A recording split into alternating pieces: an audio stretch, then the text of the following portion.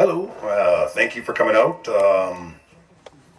I asked Del Riley to come out here and give a talk on our constitutional rights regarding cannabis and the treaties.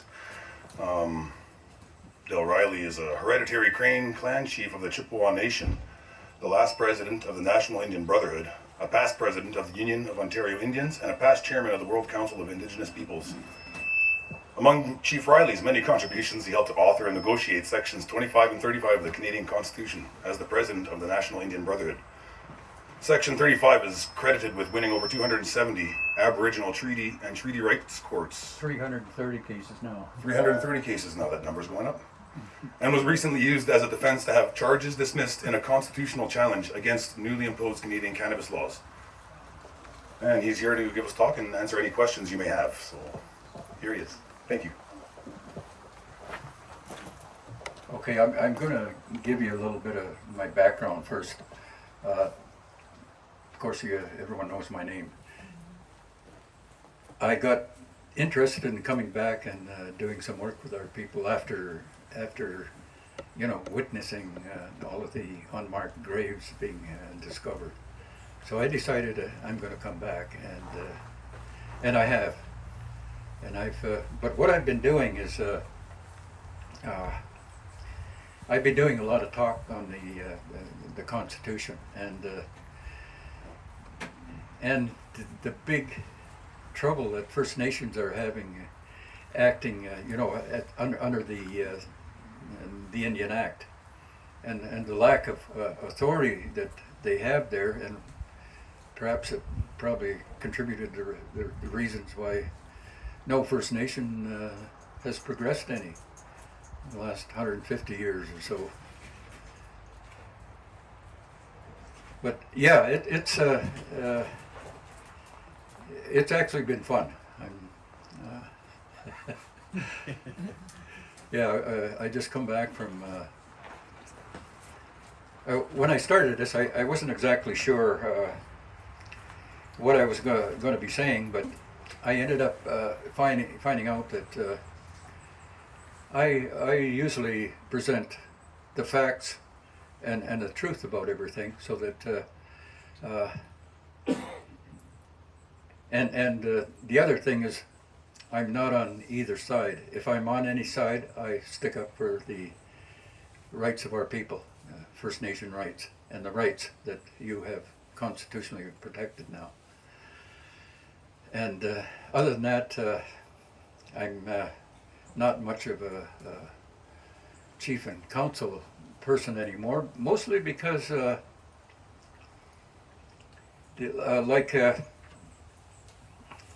like the BNA Act, the Indian Act was really, I think, a major part of it. And it must have taken them 9 years to come up with all that racism they had in the Indian Act. And don't worry, I used to teach the Indian Act, so I know it inside out. And I'd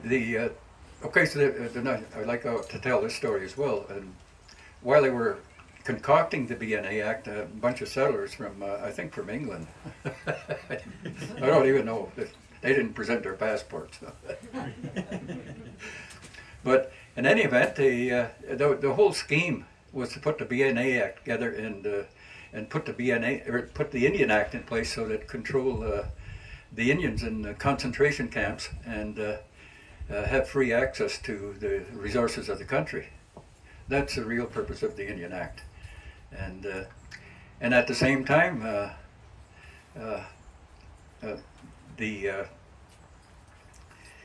John A. Macdonald, the new Canadian Prime Minister, decided that, well, I don't like the old traditional chiefs and their way of doing things. Instead, I'm going to introduce my own chief and councils under the Indian Act. So that's what he did, and the original decision was made in 1884. 1892, they completed putting in place your elected systems under the Indian Act. And but this presents a lot of gray areas, and one of those big gray areas is that coming under the Indian Act, they also have a boss, which is the Minister of Indian Affairs. And that's the government of Canada.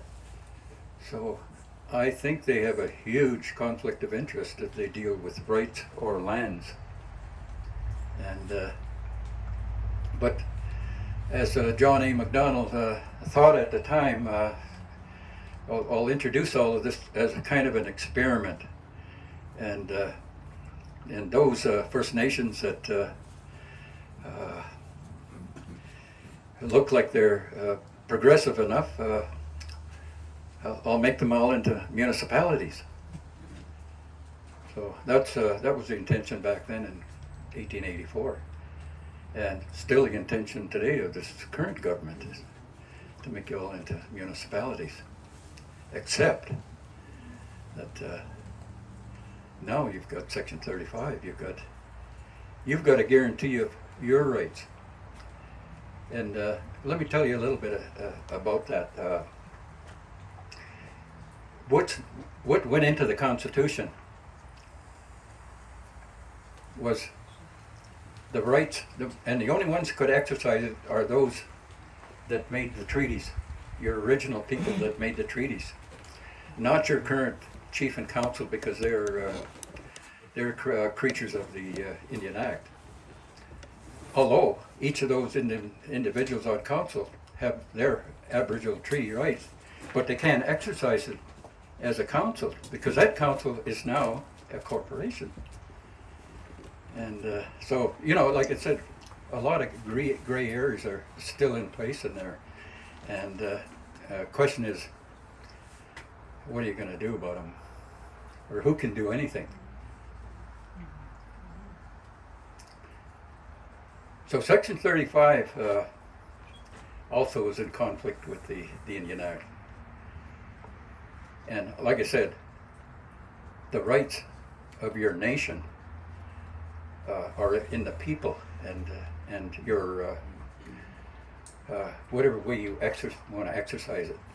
But that's what is constitutionally protected, and not the current chief and councils. So that's why I did it that way, so that you would always have protection. People couldn't just go and take away your land on you, or your property, or you couldn't get a crazy chief and council and give it all away. It's got to come all back to people. That's what your Section 35 means, and 25. And we put all those words in there. I wanted to make sure that there's no bloody way that any lawyer or judge could get around the meaning of those words, so that they couldn't concoct these crazy opinions, even like the lawyer here. And lawyers come up with crazy opinions. And I always tell people about, the Caucasoid people put together a lot of opinions which they express that somehow it affects our rights. Well, it doesn't.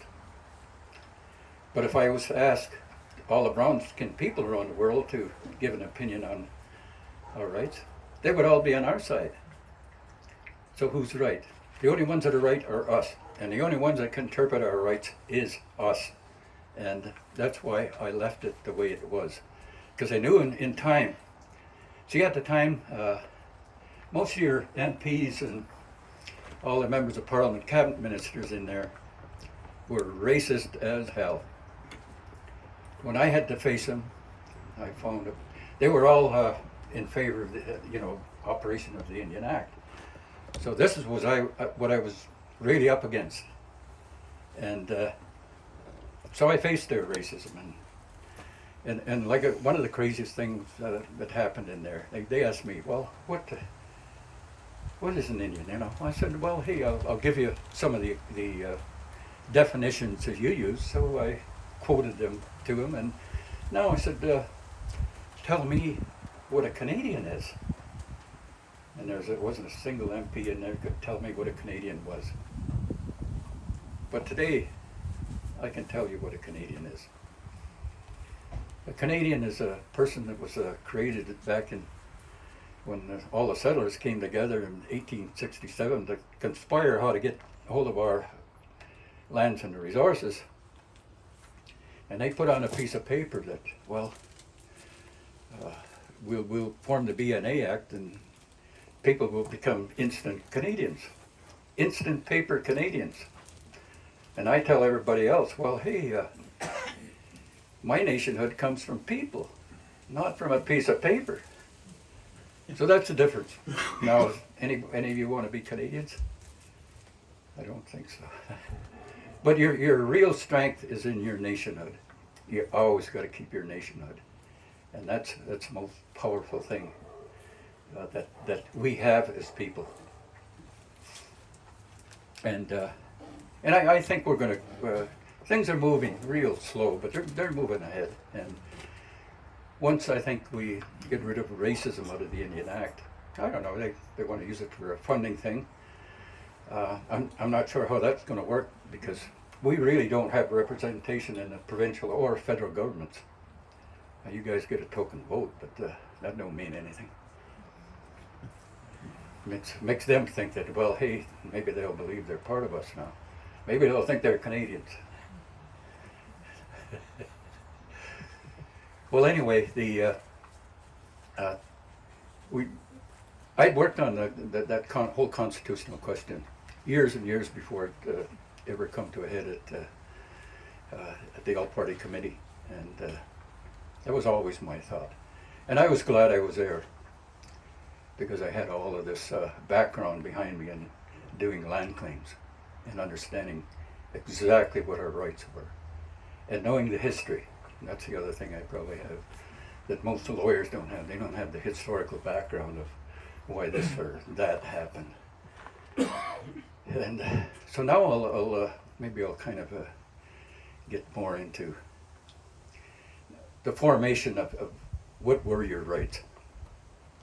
Your main document is probably the Royal Proclamation, the 1763 Royal Proclamation. And it came about as a result of all of our people, you people too. We captured 9 of 11 British forts and killed off everybody in the 9 forts. This was something Tecumseh always said, and he said he didn't like he called us Chippewa, but the Ojibways, he says, because they don't take prisoners. But we ruled the Ojibwe people. 3 fires ruled for 100 years, from 16 to 1700, totally. So we were boss. In the War of 1812, we were the ones that, besides the Iroquois, fought off the Americans. We never lost a war. Okay, which puts us in a kind of a unique position. You have to maintain your nationhood, okay, because that gives you the status to do what nations do. And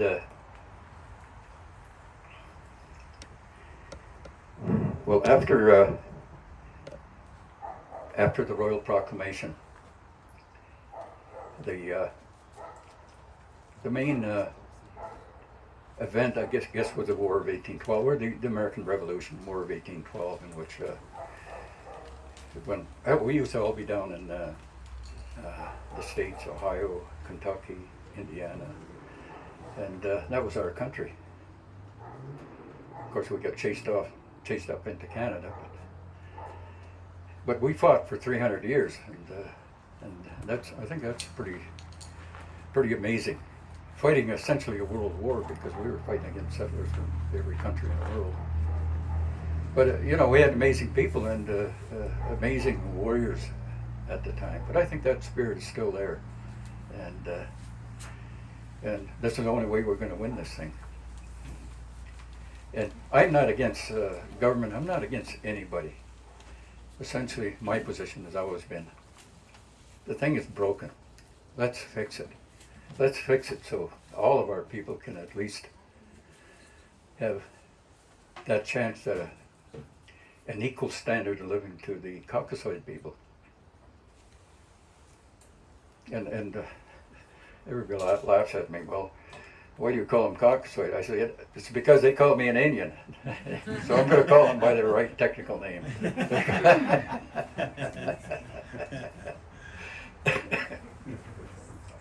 Well, anyway, so back to the Indian Act again. So this is where John A. Macdonald sort of left our chiefs and councils. And all I'm doing today is I'm just giving you the facts of what's happened and what's wrong. And I'm not on anybody's side. And but people have to make decisions, so you've got to decide, and that's going to be up to you. Well, anyway, I don't know where it's going to go from here, but the problems seem to be the same all over the country, no matter what First Nation you're in. It's all the same. Division is really happening between what's happening with the ministers, chief and council, and the people. And it may be because of Section 35, or that may be partly to blame. But I think that's the right direction to go. And we need a good deal, something that'll work for all of us. Now that's the document you want to read. That's the one. It gives you a lot of information in there. And we'll get a chance at where's the book here? I'll get a chance to promote my book today. Whoops. Oh, there it is.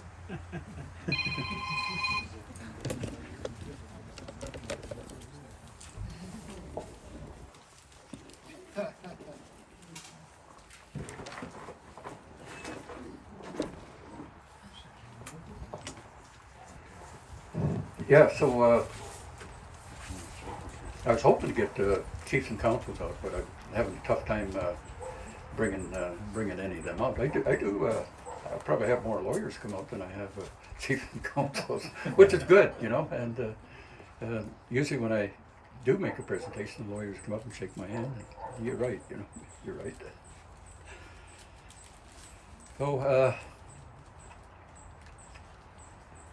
Well, anyway, we're left in a sort of I guess, a turmoil about what to do. But I think what we really have here is a situation where we sometimes have to rely on Section 35 in the Constitution Act. Because, hey, if you can't get past your chief and council, what are you going to do? And right now, everybody's been asking people, running surveys around. Is this all right if we bring in the Indian medicine, cannabis, and the people will say yes. I think the last time I heard was 67%, something like that, in favor. But it helps a lot of people, and I think that the world is finally realizing that. Hey, this is medication, and then we still face the problem in Canada, though, of the racism from the dominant society to us. What rules are they're going to impose on us, huh? And why? Why don't we make them rules ourselves? That's the way it should be. And but then again, you want those rules to come from your people.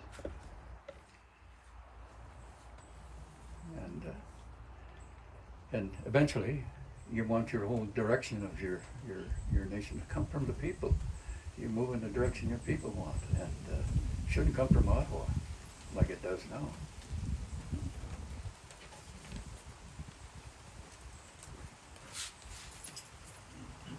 Okay, I think at this point I'll start moving it over to questions.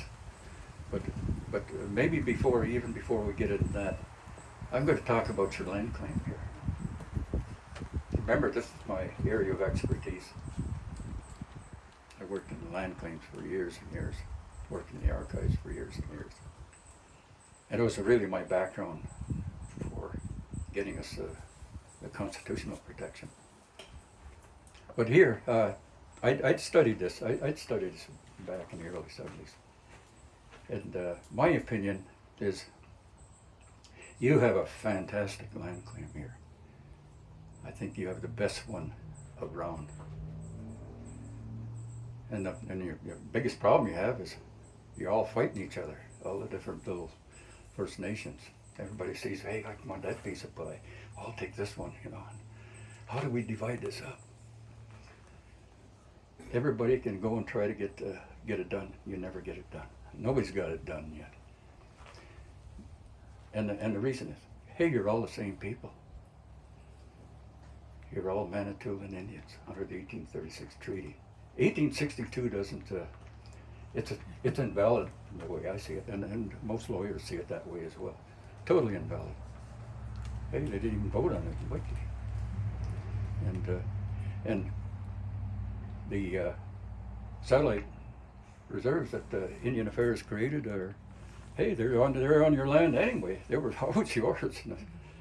They didn't give it to you. They were your land, and the whole island is, and all the islands around, and you're all your fishing rights.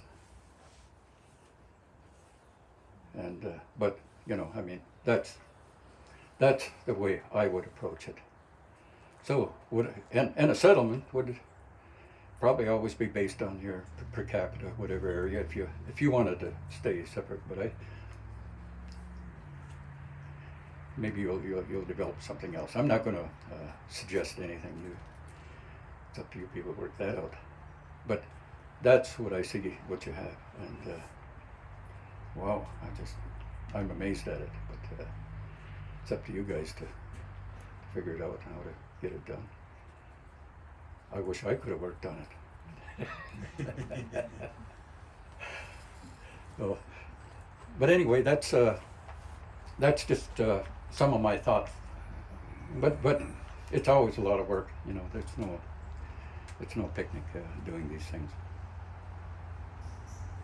What kind of lawyers would you suggest we bring in to inform our up-and-coming youth and people in our trees, so that when this case comes to light more, instead of just sitting on the table slowly moving like you said, so our people 20 years, 50 years down the road will be knowledgeable in what to do when we win? Yeah, you need one knowledgeable on history. Okay, and then I'm just going to go into another area that I was going to do anyway, but I'm going to go into it now. Along with the Royal Proclamation, you also have another proclamation in this area called the Rowan Proclamation. It was made in 1854, and it was kind of a follow-up to I guess the style of living we had that time. Just remember, we just drove off the Americans. I think it was 600 of the British soldiers gave themselves up to America and jumped on the empty slave ships back to England. And another 600 retreated to Montreal. So we were left fighting alone. And but we won, and we never lost a war. So it's pretty powerful. Well, anyway, up to 1850, they were essentially implementing what they could of the Royal Proclamation. And 1850, of course, the big one they were trying to do was the Robinson Huron, and they did all sorts of mistakes on it, and in 1854 along comes Rowan to try to correct it, and I think he made almost as many mistakes, but he also did some good things in there that I think are vitally important today. And remember, this is the Royal Proclamation. It sits in the same category as the Royal Proclamation of 1763, which is constitutionalized. And what he did, probably not properly advised, he put in detailed statements of some of your rights. Like for instance, you're tax-free all over Upper and Lower Canada. It was Lower Canada, yeah, Lower Canada, which all the way to Thunder Bay. Everybody, because we didn't just live in reserve. We didn't live in any reserves, and we lived all over the place. And sometimes people would try to push you out, try to tax you, and try to, you know. So they put in these laws, Indian Protection Act, to stave off anything like that and punish those that did it. But Rowan decided he was going to use some of those words of the Protection Act and throw them into the proclamation, which he did, which means they're still alive and they're still right. And of course he got messed up some of the boundaries of the reserves. But, you know, as many mistakes as he did, he also did a little bit of good. So. And in any event, I know that this hasn't been tried in court, but and eventually it probably will. But it's I think it's something very important. But it also meant that you couldn't be sued any place in Upper Canada. And then the Rowans, they try to confine it to the reserves. So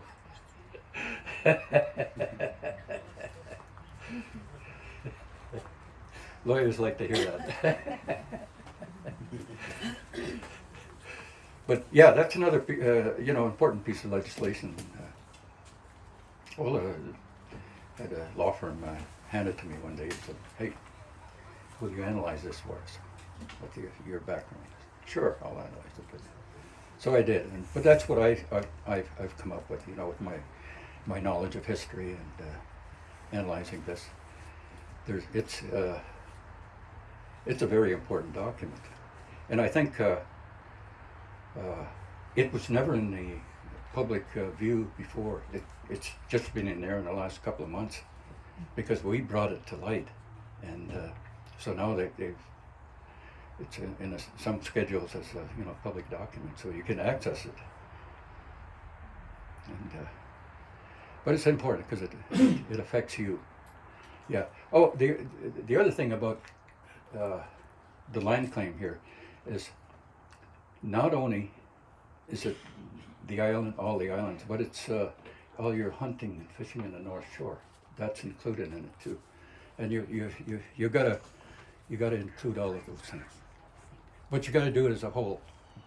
You can't do it piecemeal. You'll never get nothing solved.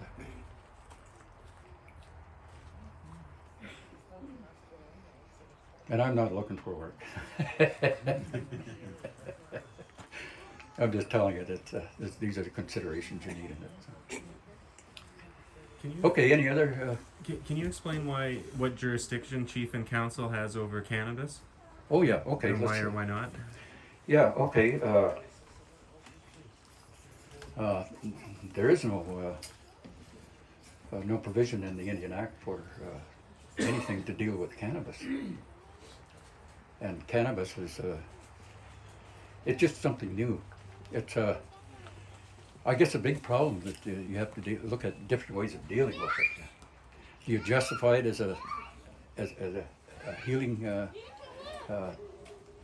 healing thing for First Nations? You can, and it probably fits in that category. But I would say under 35, it's the way we dealt with medicine. And we dealt with hundreds of medicines. We just see it as a medicine, it's acceptable, and you use it. So this is the beauty of Section 35 too, and Aboriginal treaty rights is you're not confined by the writing. It's pretty wide open, and but I do think in time people will have to sit down and figure out what it is, where their nation's at, what things need controlling. You've got a lot to do to figure it out, and but maybe this is a good way to start. And but you know, the door's open. Things are broken, so you got to fix them.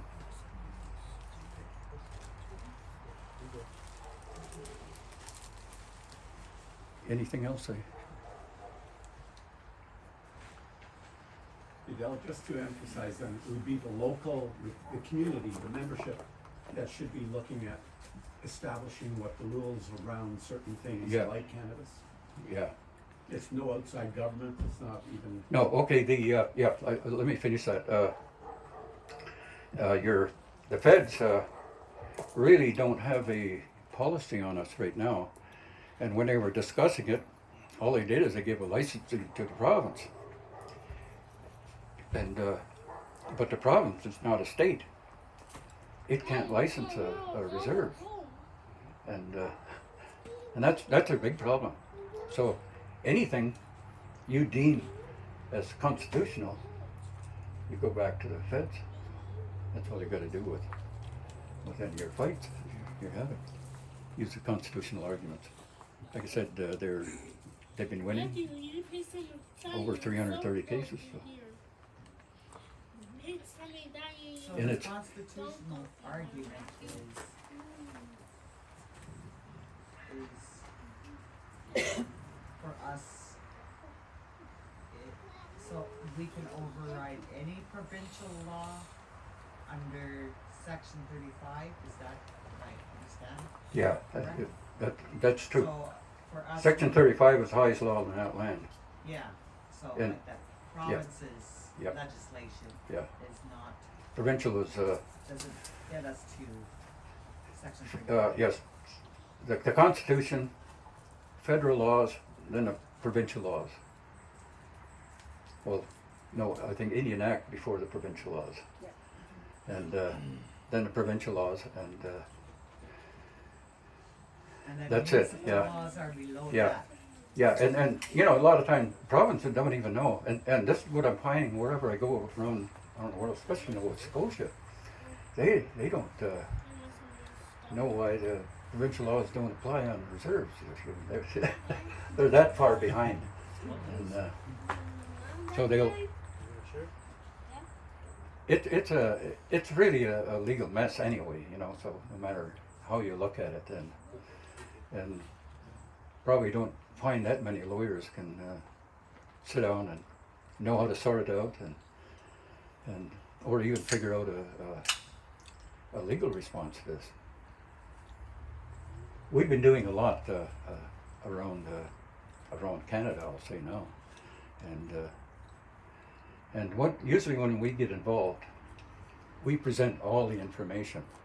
So and if we can bring in all the government agencies that are around or involved in any way, they usually see, hey, why am I doing this? I don't have the legal right to do this. Oh shit, I didn't realize I didn't have a legal right over the Indians. I can't, you know, as a provincial OPP, actually have to get a okay from a person on a reserve to come in, because they're not Indians. So there's a lot of confusion, and that whole policing thing's got to be fixed at some point. The whole policing thing is just a mess all over. Okay, any other? I got a question just sent to me. They want to know Section 35 does not guarantee Indigenous rights, but recognizes them. Yeah, Is that correct? And can you kind of explain that maybe with an example? yeah. We Section 35, when it went in the Constitution, it was like the original Royal Proclamation. It didn't create any rights. It just recognized rights. So that's what we wanted here, is that you will recognize and affirm these rights.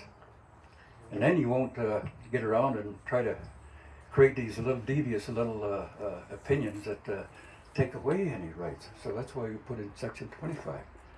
And I was adamant that these sections be so damn strong that no opinion can overturn it. So that's what we put in. That was our final choice. And to go along with that, we also put a definition of Aboriginal treaty rights. It's in the book. We have I'll just show you so that it's not. I'm promoting the book too. No, everything you want to know about Aboriginal treaty rights in Section 35. It's in the book.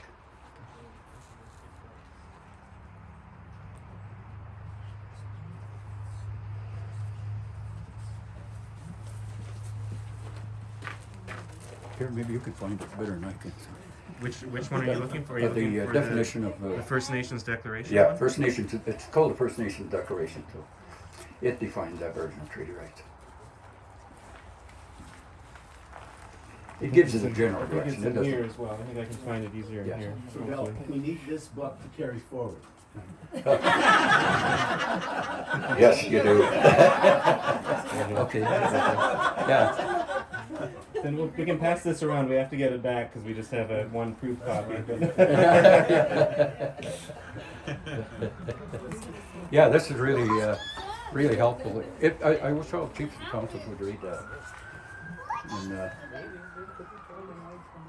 yeah, there is a declaration. There is a definition of Aboriginal treaty rights. So it's there. It's not something you got it. When we were discussing this in committee,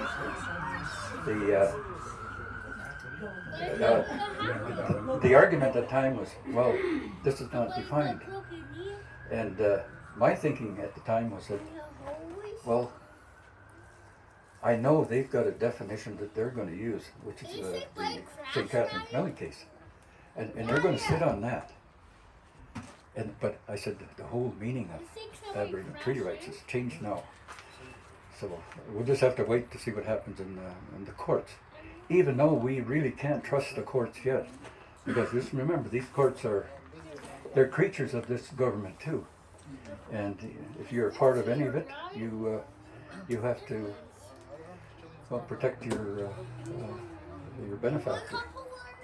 So we need, maybe at some point in the future it'll happen where the real British common law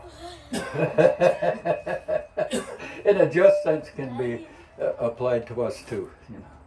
Now they give us Indian law. They have a whole bag of Indian law opinions, and well, let's drag this one out. Don't sound as racist as the next one. And maybe we can fool everybody and make it sound like it's a good opinion. But all the judges are still making racial decisions, even the Supreme Court judges. They're a little surreptitious on it, but they do it.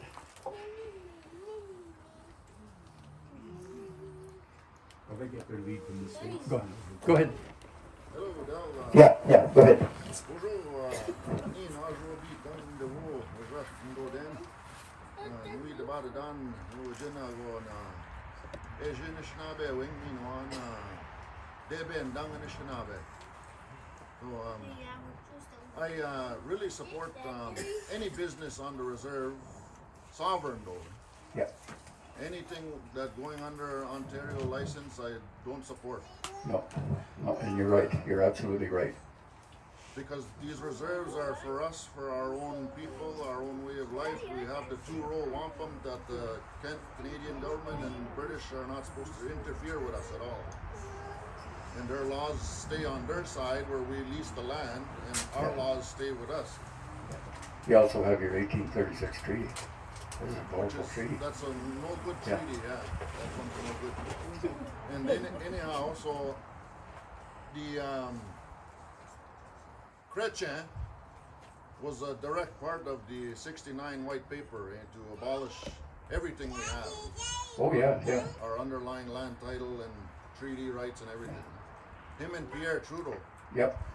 So when guys like Louis Dabowski from here put a stop to that, they went back to the drawing board in their chambers and came up with other things to try to accomplish what they wanted in the 69 white Yeah. paper.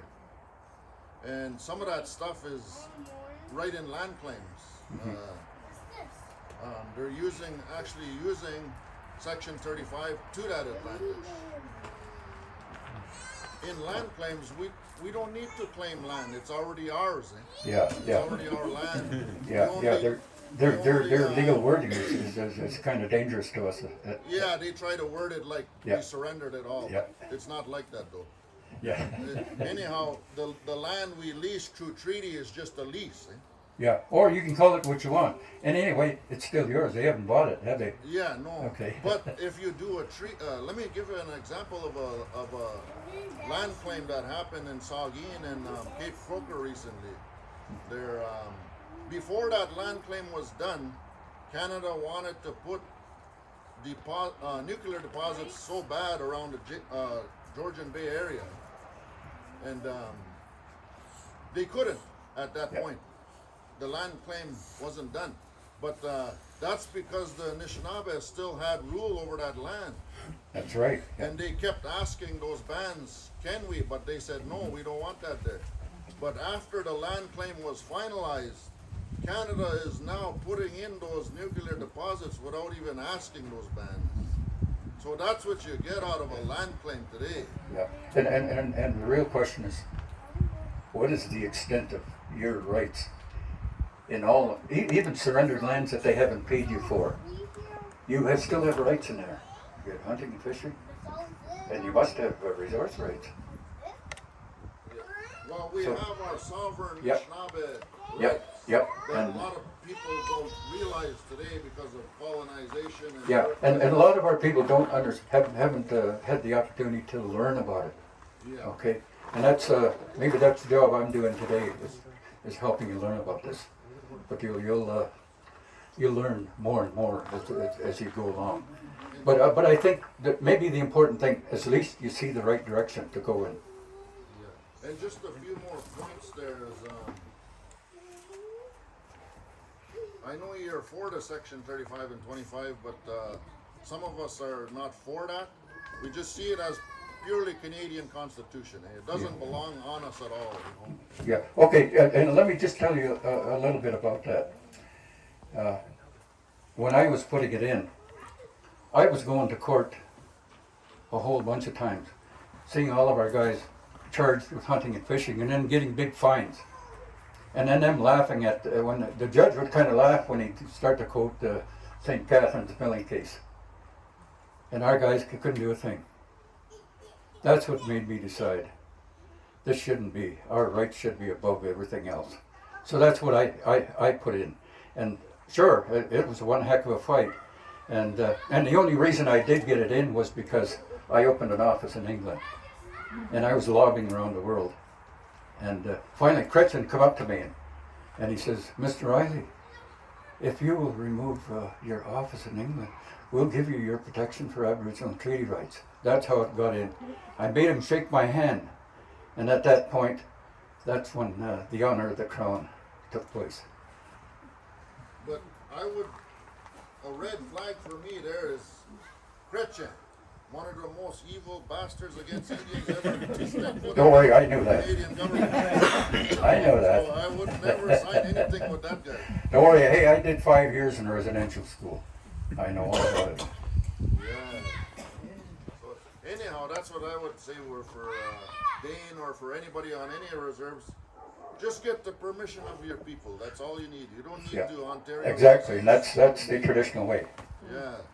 And That's what I advocate. and when the Canadian government will try to fight you on it, you just stay with it. Don't sign anything with them. Because an example of fishing rights under our own sovereignty is in Batchewana, where Dean Sayers is there. Those guys fish in Lake Superior and Yeah. sell that fish under their own right, and they had to go to. They were battled in court there for so long. They Yeah. wanted them to do an Ontario licensing. Oh yeah, yeah. Well, you know, you own all the fishing rights all around Manitoulin here. You own them, and you better get to work and ensure that you get all the benefit from it, not these other guys that are taking all the fish now.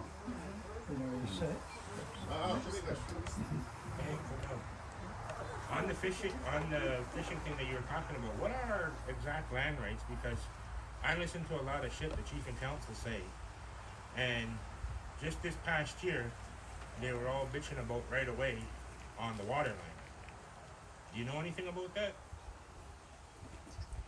Well, I think that kind of right is something that would be claimed by a nation, because they would have been using it for thousands of years in the past, and that essentially would be theirs. The immigrants, the newcomers, the settlers would be coming in and imposing. So whatever they eventually come up with to try to overturn your laws or your ways, which is what they had been doing up until now. And of course, yeah, we've got to resist that. But yeah, they still have that right. They still have that Aboriginal and Treaty, well, not treaty right, but Aboriginal right, which is probably just as strong as that in BC or any place where they don't have treaties. Yeah, Del, Yes. I have the utmost respect for Del. He's a good friend of my father's. It was very tumultuous times. He was part of very important work. So what I have to say is not an attack on Del, but I have some concerns. And I'm glad this discussion is happening. We've tried to have them before. Like you mentioned, we couldn't get a single councillor or chief out to our talks, you know, because these discussions have to happen because there's a whole bunch of things that are unresolved, not only with the government, with ourselves. Yeah. That's up to you guys. One of the things, like Perry mentioned, you know, we could stand up as a traditional government, and guess what Canada's going to do? It's going to get the approval from the Indian Act Council and say they are the recognized representatives. That's what they've done before. Now, And they can't in court. that, They can't do that in court. but as long as they can get away with it in practice. Yeah, as long as they get away with it. They can bully now because they've got lots of money. Oh yeah, and that's what they normally do. You know, the absolute assertion, not assertion, the absolute declaration, recognition that we are sovereign, we have the same rights our ancestors had thousands of years ago. That is unbroken and can only be broken by us, which we are in the process of doing right now. You take something like the Lands Management Act. It's not in the Lands Management Act, it's in the associated document, the framework agreement, where it says reserved lands are lands whose title is vested in the Crown. That's all Canada's looking for. Once they have that affirmation from you, it's game over. But anyway, Section 35. There's no doubt in my mind the intentions you and the others that were with you had with Section 35 is absolute. I believe that our natural rights, our ancestors' rights, that was what was in mind. We need that up there. We need that recognition before we allow the Constitution here. But, like Del mentioned, those lawyers are devious, and they've been at work from day one, from the 1980s till now, trying to get out of this. And what they've done is they've taken Section 35. How many constitutional tops were there? 3? There was one. Just the one. Just the one. Yeah. And it didn't go anywhere. No, so it's entrenched. Huh? Section 35 is entrenched. Yeah. They can't change it. But I always understood the premise was they allowed the Constitution to come to Canada on the premise that we would sit down as equals and discuss what the Section 35 entails. No, they wanted to sit down with Section 35 and come up with a definition that was partly white and a little bit Indian. That's what they wanted, okay? That's exactly what they wanted. Hey, when I had my original proposal in for constitutional change, I had 9 pages. Everything would have been hunky-dory today if they would accepted that. I got in only what I possibly could at the time. And it's only because I did what I did that it got in at all. But this is what's happened since then, is Canada has taken it upon itself to decide what Section 35 is. Every time we enter their courts, we are acknowledging their jurisdiction, their authority over us even. Oh yeah, we got that big problem, and we're gonna face that for a long time. Hey, we don't have any courts set up. And all we can do is hope we've got a judge that's not so racist. Well, unfortunately, That's all we got up to to- this point, there have been several court decisions, like you said, that not only chip away at our real standing, but obliterated it. And Like, then there's a lot of court cases that add to it. With that, Read some of those 333 cases that we've won on Section 35. Read the judgments on them. I've You'll read a see few what of I them. mean. I've Yeah. read a few of them, and it really, what the main parts that concern me is where in a lot of those cases, especially in recent years, where it says, you know, these are land claims that have gone to the Supreme Court. And what did they shove in there? They said, upon Canada's asserted sovereignty, the underlying paramount title is vested in the Crown. Yeah, and that's the doctrine of discovery. That's That a comes doctrine with of the discovery. government doctrine of discovery. Essentially says that, well, since they've discovered us, they have this right to have absolute dominion over us.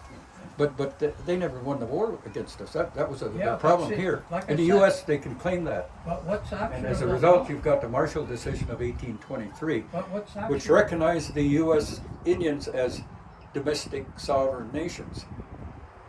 And the Indian Act here took that away from us because the Royal Proclamation was being implemented up to 1854. Yeah, but the St. Catharines Milling and Lumber case also said, this Canadian Supreme Court said that that's the first time they officially recognized, Canada recognized an Aboriginal title. No, not in the Well, St. not the Catharines. first time That maybe, in but, 1973 what, no. West case out St. west. That was a Catharines- Supreme Court case in the case out west. Yeah, but- on title. But that's the understanding the Supreme Court uses says it's an impaired title.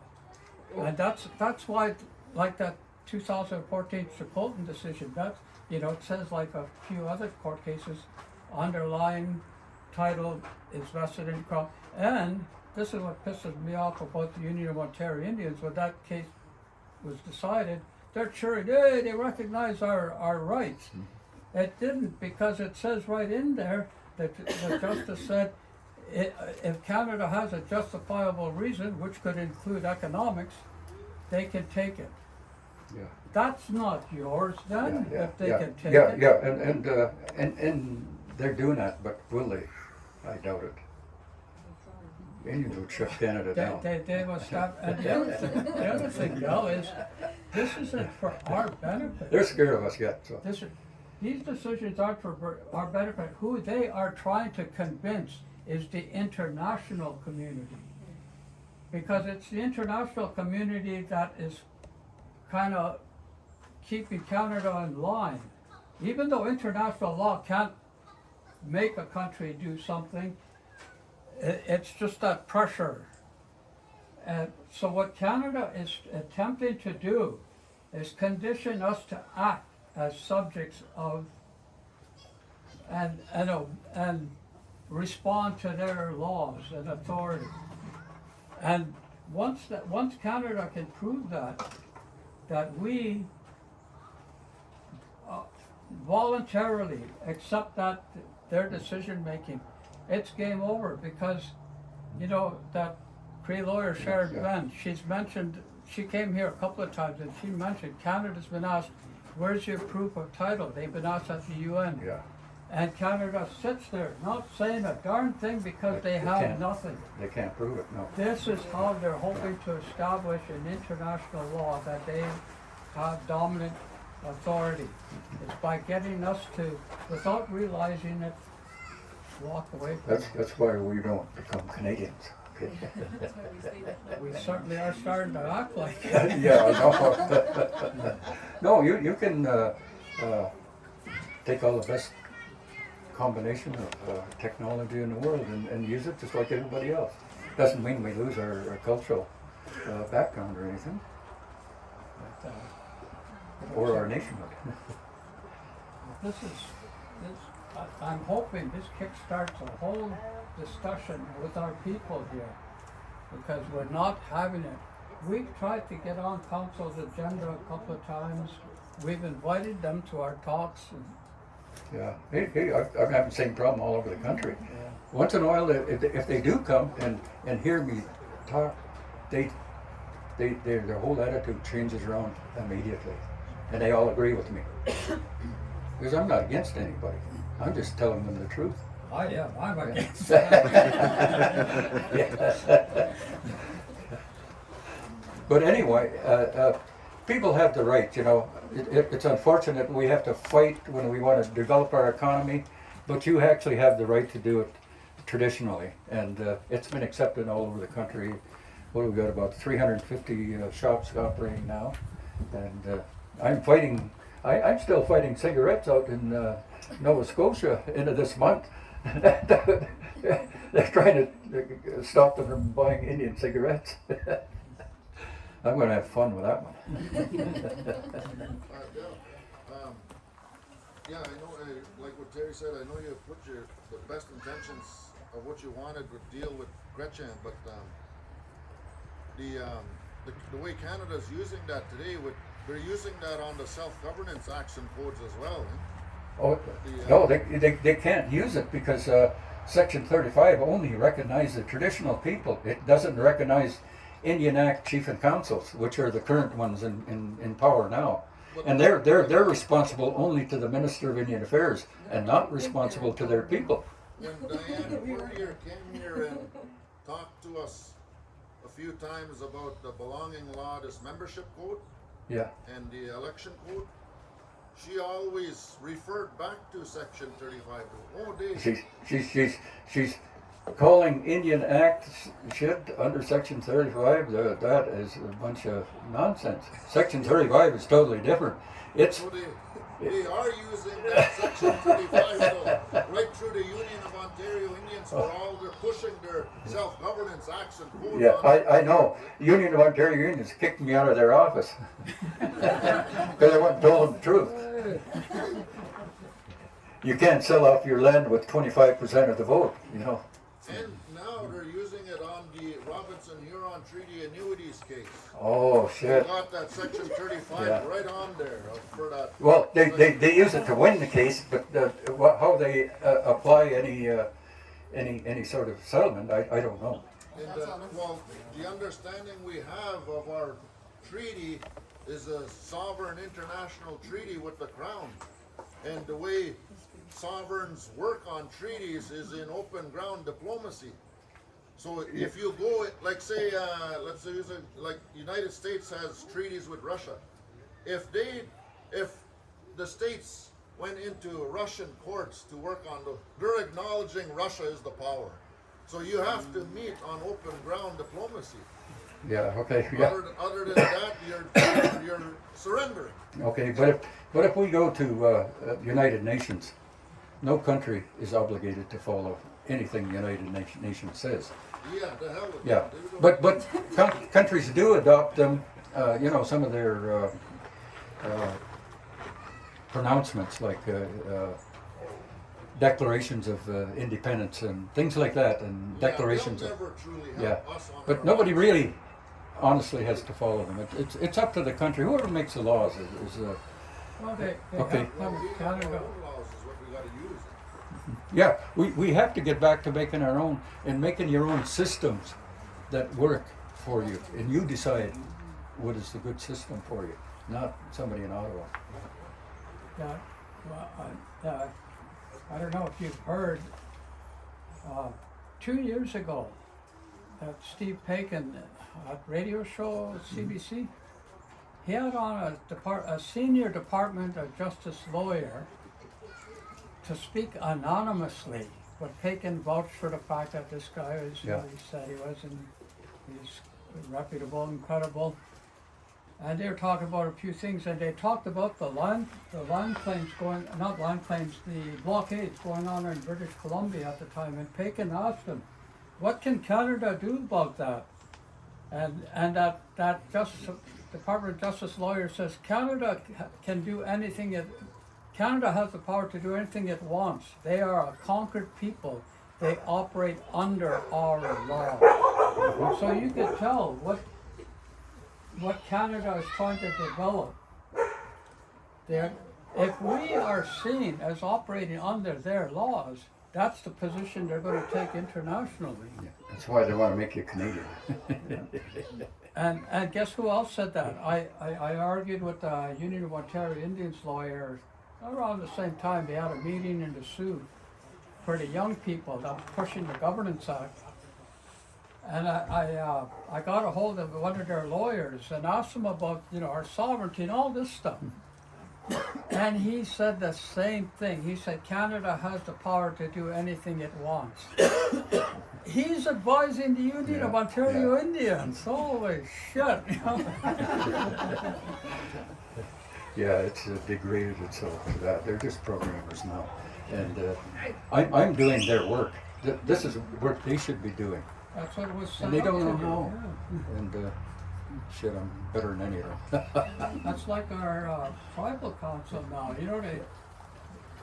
They rallied around that land claim initially. Programs and budgets. Now they're just program That's the only thing delivery. important. Yeah. Okay, any more questions? Or anything you might want cleared up? Del, how do you think a hereditary system or traditional system could be rebuilt? Well, it'll probably take time, and then you're going to have to involve everybody anyway, and people are just going to have to rethink everything, and well, work from the concept that you're working for the people, and look at what's there, what's worked, what hasn't, and but the field is wide open because the Constitution that protects Aboriginal and Treaty rights. Well, we've got to define it exactly what this means, and a lot of people really haven't begun that work yet. You guys own all the resources here on the island. You don't even talk to them. Your organizations should be doing that for you, but they're not. They've been silenced all over the place. And no wonder they won't even talk to me.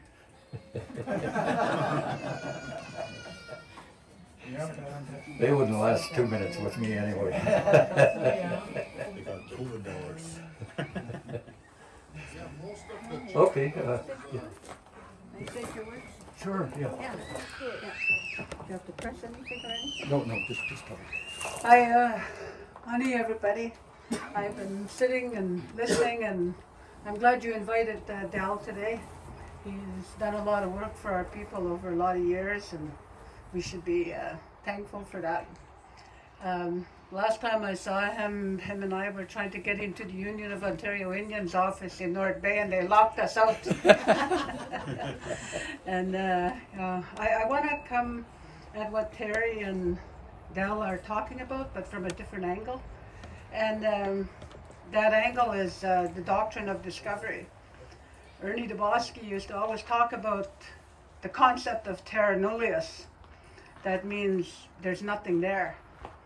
And when the religions got together a long time ago in Europe, they found out there was a new world. There was Africa, there was North America. There were new worlds to be discovered. And so it was mainly the churches who sent out and paid for the ships that came to the different continents to come and Christianize us and come and steal our land. And so the Catholic Church developed these papal bulls, and we've been hearing about it the last couple of weeks on TV. And these papal bulls basically said, if you go into a land and they're not Christians, they are in fact Saracens, they call it, But if they're not Christians, you have a right to take their land. You have a right to make slaves of them. You have a right to do whatever you want with those people. So that's how they came to North America. That's how they came to Canada. They didn't have no authority. They didn't buy the land from us. They didn't sit down with us immediately upon arrival and negotiate a treaty. They came and they started living all over the place, and we didn't say anything because we were sharing some of what we had. And then they eventually, the individual white people would take land from the Indian people, and that eventually got to court in the States, the Worcester versus Georgia case. And that was the first court case in North America that recognized the doctrine of discovery, saying that this land was empty, we're not Christians, they could take everything they want from us. They had slavery in place. Yeah, and they had slavery in place that time. And so that's how Canada was settled. And they were here, and then the Royal Proclamation in 1763 everybody talks about, and a lot of people, a lot of lawyers even, think that that's a great thing. A lot of Indians think it's a great thing, but it's really not, because the Royal Proclamation, all it says is, this is how you can legally take Indian land.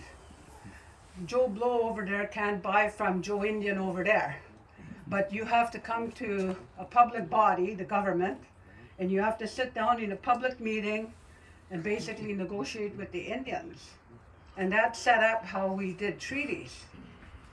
And so eventually they had to do that because the settlers wanted Indian land, specific Indian land where the Indians were on. And the Indians weren't liking that. And so the treaty process started. And we did sit down with them as people. So we have, we were partners in that dialogue. And we, unfortunately, because we didn't understand a lot of their language and we didn't have the same concepts that they had, they got the better deal in the treaties. And plus they didn't honor the treaties. We did. And so that's where we come to be where we are now. And so that's why Terry, Del, anybody who really knows about this stuff, they say Canada has no authority over this land. They never got our land legally from us. They got it through terra nullius, through those papal bulls which said you could go and take anything if they're not Christians. You can go and take it. And you can make slaves of those people. And in some ways, that's what they've done to us. They've enslaved us through legislation like the Indian Act, through child welfare laws, through residential school systems. They've done that. And Concentration camps. That's what they are. Concentration camps. And so now, we're at a stage, we're on these reserves. They pass legislation without our consent, without our input. They just say, this is what you're going to do. This is what you're going to do. This is what you're going to do. And they oppressed our people. They starved our people. And so a lot of Indians, we had to go along with it. They tried to starve out the prairie Indians. They killed all the buffalo. And so we were put down. We were put down, and so a lot of Indians went along with it. Then our kids were taken to residential schools. And parents couldn't say nothing because they'd be thrown in jail. And so, we come to where we are today, and it's a difficult spot because we're still technically operating under the Indian Act, and we don't like it. We know it's not good, and it's not the best thing for us, but asserting our sovereignty and our nationhood is hard as well, because we're not used to standing up for ourselves all the time and speaking out and saying, I don't like this, what you're doing is wrong. We're not going to listen to that anymore. And some of the organizations like the Union of Ontario Indians, to give Chiging its credit, we never signed on to the self-governance agreement with the Union of Ontario Indians, and thanks to some of us, Dora, we went there, protested, and so Chiging is not a part of that. And Chiging's not part of the Union of Ontario Indians Education Governance Act, which would take a lot of our, you know, our authority over here over our children's education from us. So this is where we are, eh? We now know enough, and we're learning more every day that, you know, we have rights as nations. We're nations of people. You know, we're not Indian band members. All that, you know, we are those things, but we're Canadian. Or Canadian, yeah. We're a nation. We're Anishinaabe people, and you know, then you have people like Dane Bibamash, who is asserting his Aboriginal right to do what he thinks is right. He's asserting his right to sell medicine on his, you know, on our terms to our people. And he's, you know, and what does he get for it? He's stuck in the Indian Act system, the provincial system, the federal system. You know, they're trying to all tell him what to do. And then, you know, our chief misguidedly, you know, sends the police after him. And the police listen to her. And the police go and arrest him. They take some of his money, some of his goods, you know, and he's in the system. He shouldn't be there. He's asserting his right. He's not doing anything wrong. What he's selling is legal. You know, there's nothing wrong with that. You know, there should have been discussion. Council never authorized what was done to him. And in my view, it shouldn't have been done, and I've told him that. And so now he's stuck in the system where he has to pay for lawyers, and I know how much lawyers cost. So, I don't know. Yeah. So, you know, we have a young man, you know, very proud. He's trying to earn a living for his family. He's doing the best he can. He's fighting for our nation. And I think I'm so glad everybody came, and I'm glad my friend Del is here today. And yeah. A couple of things I want to mention, the benefit of everybody here. You know, Dane standing up like that, you don't assert a right, you exercise it. Yeah. Assertion is say, it just exists because I said so. You exercise what is there. You know, despite that's going on now at Dane, and you know, even our own chief, I guess. An example of where this can be won. You know, the Robinson-Huron Treaty, the government's position is that pertains to the mainland. The Manitoulin Treaty, 1862, which is a god-awful evil treaty, just applies to Manitoulin. And commissioners came around in the late 1800s to try and find out why the Anishinaabe on the island were collecting Robinson-Huron Treaty money. They wrote a report, and the Anishinaabe here simply maintained we're all the same people. We don't have no distinction between their jurisdictions. And where this really came out is our hunters. Our hunters used to get charged going on to the mainland. That used to happen quite often.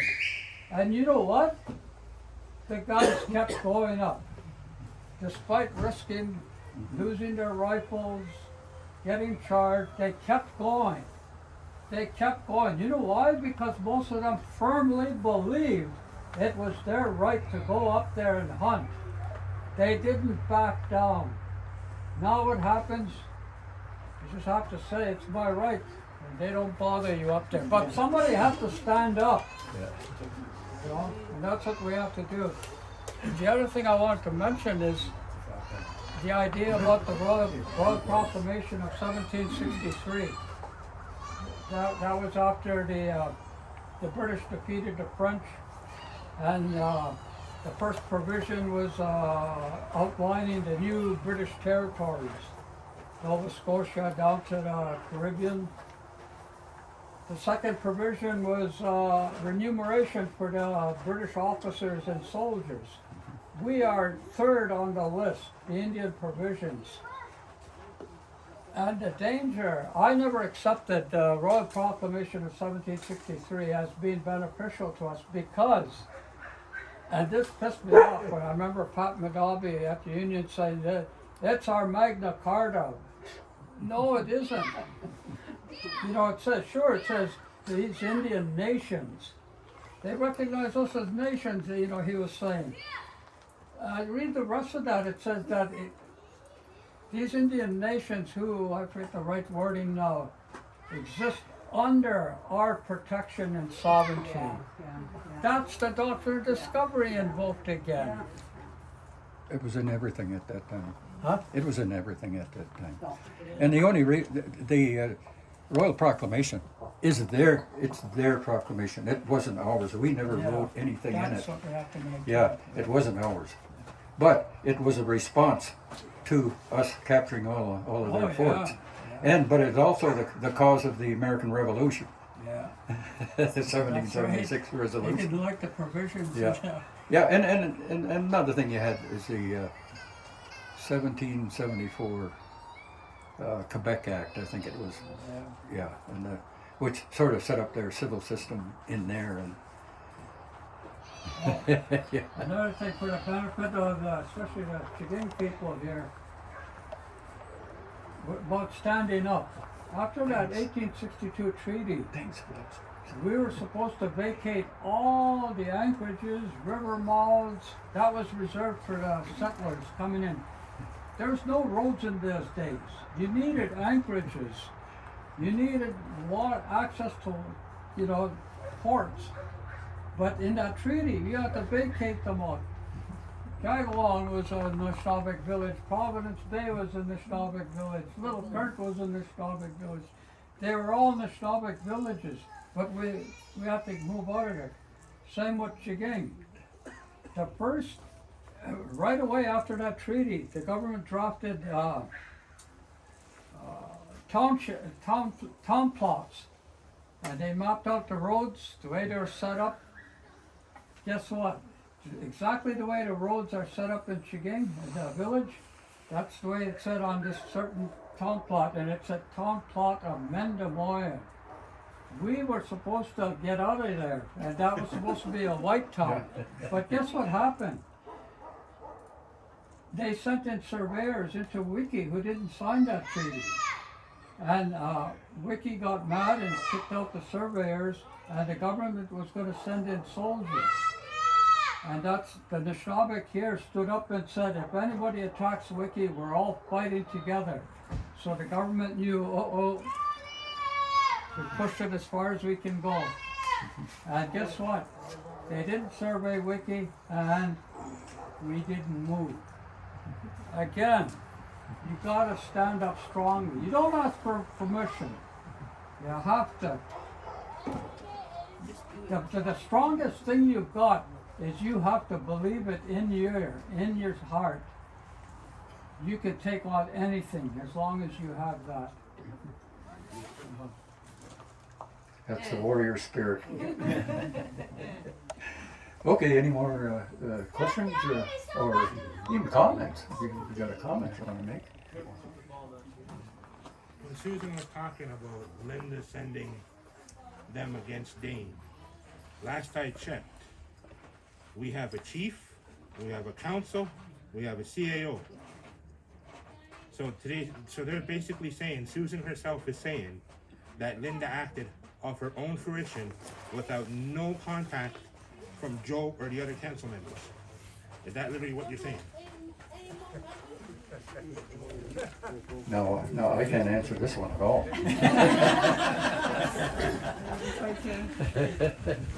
I'm sorry, Marco, what your question is, what? The question is, you're saying Linda did it all of her own fruition. I'm saying we have a chief, we have a council, we have a CAO. Those are the ones who dictate stuff on this reserve. Yes. So, your husband is one of the council members. So And you my mean, son. and your son. Yes. So you have two council members there. Yeah. And you mean to tell me they knew nothing, not a single thing about the cops going after Dane? No, they knew, what they knew was that the chief had requested that a moratorium be put on permits or, approvals for weed shops until there was no regulations made and, a permit printed up or whatever. And so council passed that, but they never said go and shut down Dane. No. But with that moratorium, with that, then that's what the chief used when he opened up his, a couple months later or whatever. Because that moratorium was sitting on the books, but the staff were supposed to be working on, developing the permits and everything. But when she opened up, then on her own, she contacted the police. She said, council has this honorarium of a moratorium, and I want you to execute it. And so that's what happened. So chief and council, first, she puts it on the table. Second, does the anybody idea of, approve this? Okay, somebody had to approve it, right? Then next they say, okay, can I get a seconder? Okay, they do a seconder. Yeah. Then they go around the table and they do a vote. That's right. They did a And that's vote how and they they approved the moratorium. But they approved the moratorium until they were going to go to the people. They were going to develop the permits.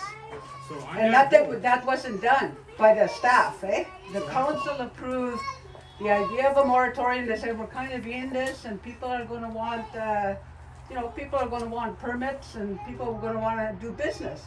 so on the vote, where did your husband and your son stand on that vote? I don't know. I wasn't there, but they probably approved it. It passed, so they all approved it. So when Dane applied a year. The moratorium. Yeah, so The it's moratorium. It took Yeah. a year for him to, he was never even heard. He was never heard. And then we have referendum right now going to change it back so that we can have an election that's going to place on August 13th, yes? Yeah. Okay. How come we never had a weed referendum? I've been calling for it There for the was last a 4 weed years. referendum. No, we did not. Yes. No, we did not. When? Yes, and When? the community approved having weed stores in our reserve, You're and specific- they approved that it be the referendum said it should be run by individual people, and that's why he fits into that scene. That's not what your brand office says. Your brand office, Grant Tabosky himself said, that's not a referendum, that was a survey. Oh yeah, exactly survey. what Oh he sorry, said. I'm sorry. Survey. Yeah, you're absolutely right. No, You I'm guys thinking, like to do yeah. words like that. No, I survey. swear Yeah, to God. survey. Yeah, but the survey of the people is, in my view, just as effective as a referendum. Yeah, the word. Yeah, Because that's the true. They people never said posted we the survey want results. You weed. know why? Because they canned the guy that was allowing it. They got rid of him, and then they stayed silent until just this May, right? I'll say I don't think there was a council meeting on Linda. I don't think Linda talked to the council members about calling the cops on me. No. I got papers saying that Linda called the chief of police himself and asked for this to be done. The chief of police told Linda that they will arrest me if they go with this warrant, but I will be released and I will be allowed to open my shop the next day. In my eyes, Linda did nothing but use the police as a slap on the hands for me. Because she knew that was going to do nothing. It was good. I was going to be released. I was going to be allowed to open up my store. She counted on them probably taking everything I had away from me, so I wouldn't be able to open up. Yeah. But I didn't allow that. I prepared for that. So, but I think that's what you're asking. I don't think Linda asked chief and council, should we call the cops on Dane? Well, no, She did it of her own volition. My thing is, you can't blame just the chief when the whole damn council had their hand in the pie. You know what I mean? They did They know all- that he was gonna, if they knew, I don't know what they would have decided if they knew that she was gonna call the police on Dane, they probably wouldn't have agreed with it. I know my husband wouldn't, and my son doesn't, because they support the concept. But yet they voted for the moratorium. The moratorium, yeah, but until you get specific rules in place and permits, you don't wanna, you don't want, Unfortunately, this was something that I got fed up with. yeah. Canada had been talking about legalizing cannabis for a long time before they actually legalized it. Yep. And why now? Why just now is this getting to council? Yeah. And when I started making a fuss about it and getting into this, they told me that they had a plan to have this ready for tourist season for you guys, for everyone else to open up. So where is this plan that's supposed to be here for tourists, so you guys could have opened up and enjoyed the benefits that I'm enjoying? And I'm also trying not to be greedy. I'm trying to give back to the community in ways that I can, that I don't know how to. Like, I'm not trying to just be greedy and say this and whatnot, No, dude, trust me. but I'm just trying to help. I don't know what I'm trying to say. I'm never going after individuals. I go after chief and council because their forthcoming is so amazing. It drives me crazy how they can push stuff. Yeah, we told you what happened.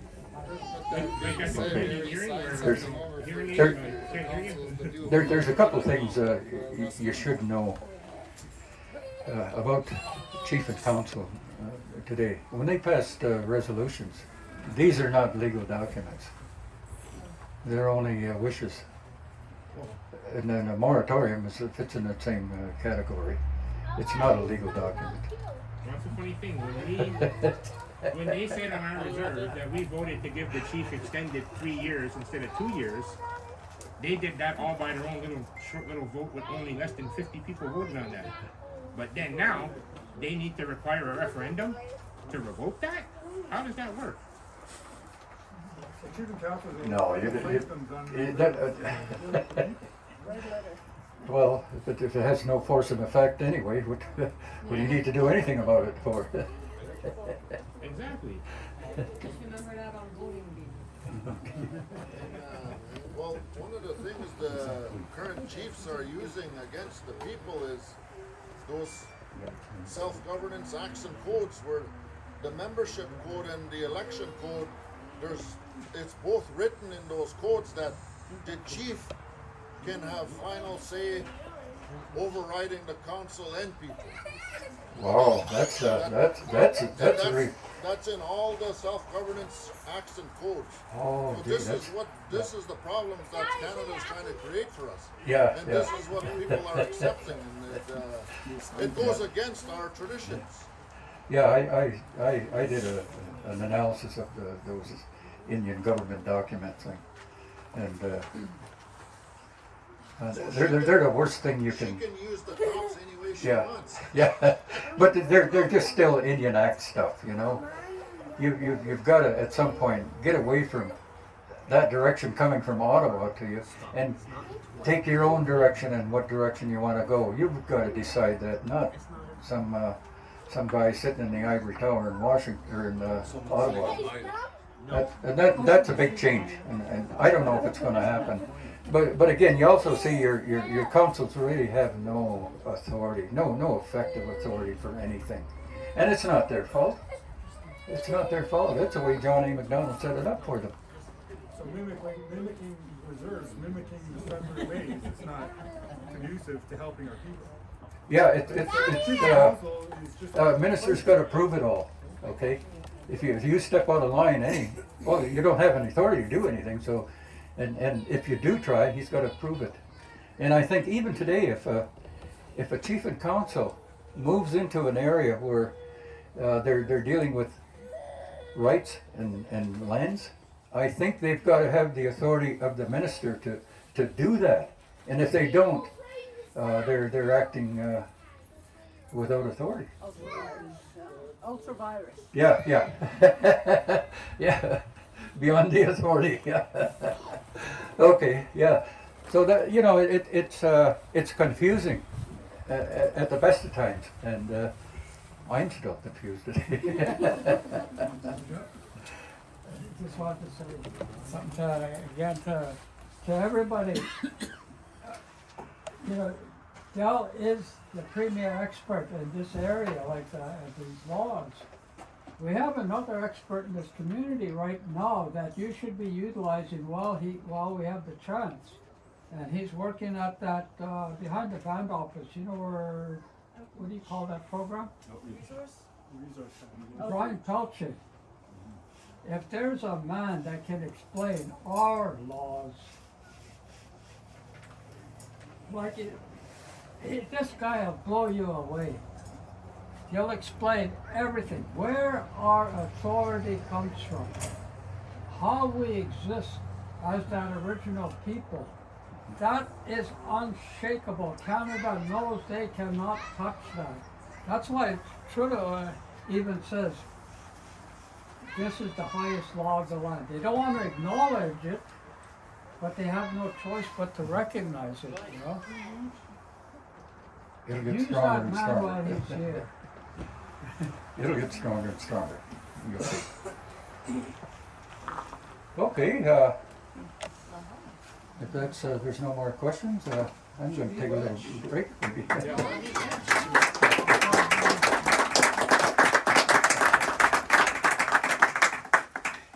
We need somebody to go beat up the Prime Minister. I was ready at one time, he didn't agree with me. Unfortunately, Terry, the Yeah. conservative senator could. Hey, you know, that was one, probably one thing about my personality that I had over and above everyone else at the time. I was an all-Ontario wrestling champ. So I didn't need to be afraid of anybody. and you know, that's the way you approach people a lot of times. Well, one thing, Terry, we can never change them.